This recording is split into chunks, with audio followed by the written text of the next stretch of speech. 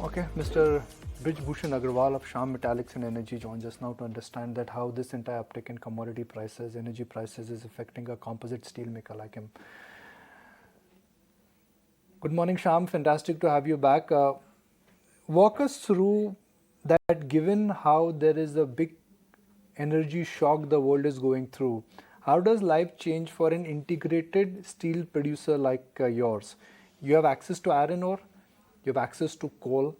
So, is this a time when you definitely have an advantage over others given that you're completely backwardly integrated?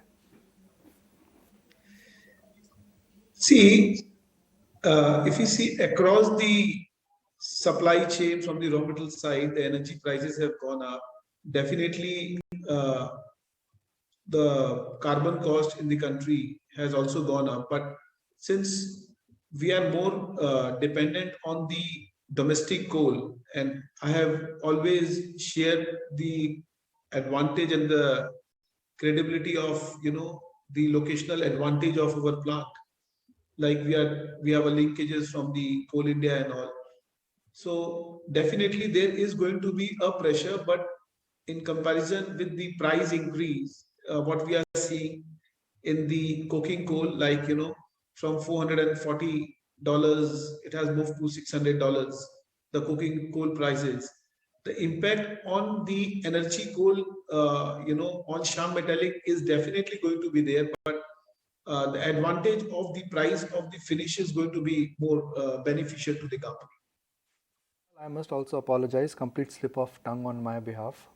I addressed you with the wrong name, so just complete slip of tongue on my part, so sincere apologies. So, Mr. Agrawal, at what juncture do you think the demand will start winning away? While steel companies are in a position to increase prices because it's a dollar denominated asset. So if international prices they go higher, you will also increase prices. But there would be at some point in time when the buyer would say it is not affordable for me to pay such high steel prices because my product demand has come down. See, if you see, because of this geopolitical scenario, there is a disruption in the complete supply chain management from the raw material side. And also, we see because of the embargo on the export from Russia and to the EU countries, there will be also a disruption in the supply chain from the Finnish side. I personally feel, there will be the curb in the production globally. We are not seeing the impact right now, but in the time to come, in the coming quarters and all, there will be a pressure from the supply side. So, I don't see that the prices are going to remain soft. Rather, I am very optimistic that the prices are going to remain strong, and export is going to play a very, very uh, strong role on the control on the prices from the India side also.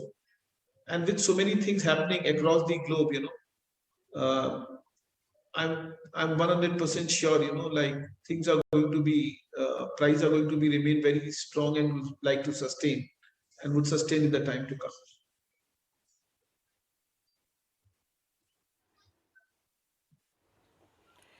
Good morning, Mr. Agarwal. We're of course talking in the middle of this super cycle of commodities. Even if you were to see Shyam Metallics' performance in the third quarter, the net profit had gone up nearly 95% year on year. I think a lot of the questions our viewers and your shareholders will want to know, and taking off from where Nikunj left off, when we look at demand and prices, firstly, have you undertaken price hikes recently? Just the way we've seen commodity prices go up, your input costs go up. A lot of other steel companies, metal companies have. Yes, very much like if you see in the pellet prices, the prices have gone up to around 35%. The other product like billets and all has also gone up in the tune of 35%. The ferroalloy market has also gone up like in the tune of around 15 to 20%. So yes, definitely we have also increased the prices because the market is very, very strong. The prices are very, very strong.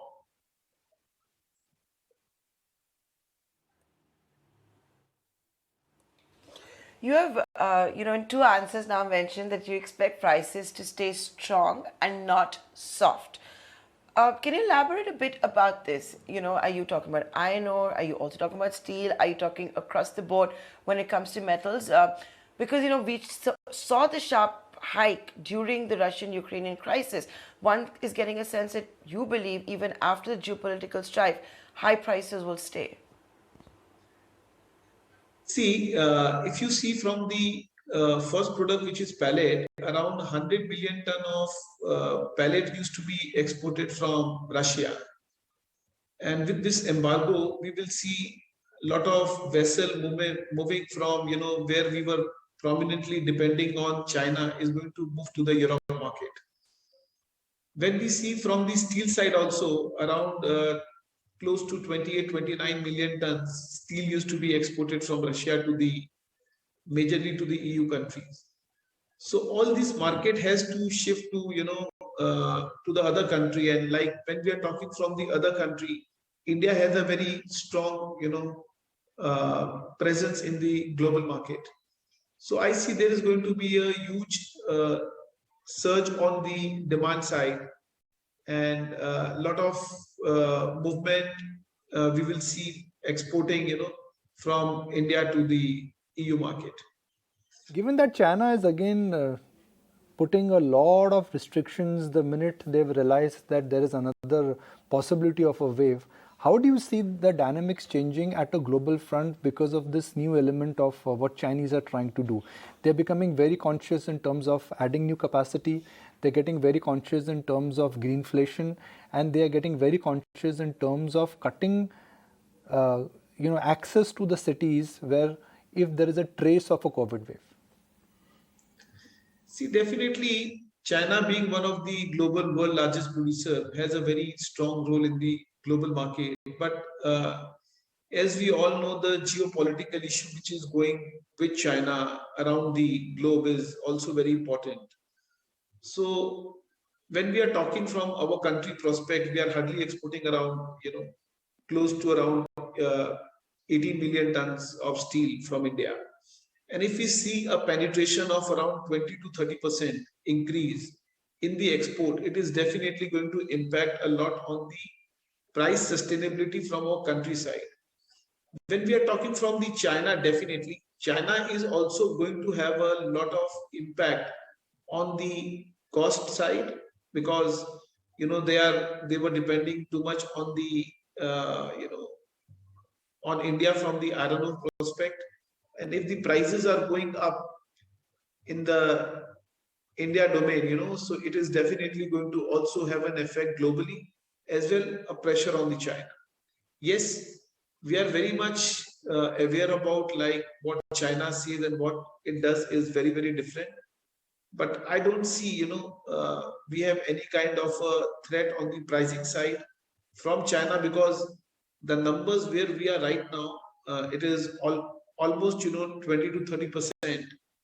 It is there is a change in the prices, and with the present scenario of the scrap, which dominates the raw material prices globally, is also very, very strong, and availability and the supply disruption from the logistic point, as we know, the concern of the Black Sea is also very, very important channel of supply chain from the logistics side, has a great disruption. So I'm not at all worried on the pricing side from the China. But yes, beyond this point, yes, as we have rightly said, that the consumers has a lot of pressure at this price also, how much they will be able to sustain. But with the time to come, when we are seeing the disruption in the raw material, there will also be a concern on the production side, because it has to impact in the coming quarter globally on the supply side. So I feel the market is going to remain strong, and this price should sustain for quite a few quarters. Mr. Agarwal, such a pleasure having you on the show today. Thank you so much for taking the time out.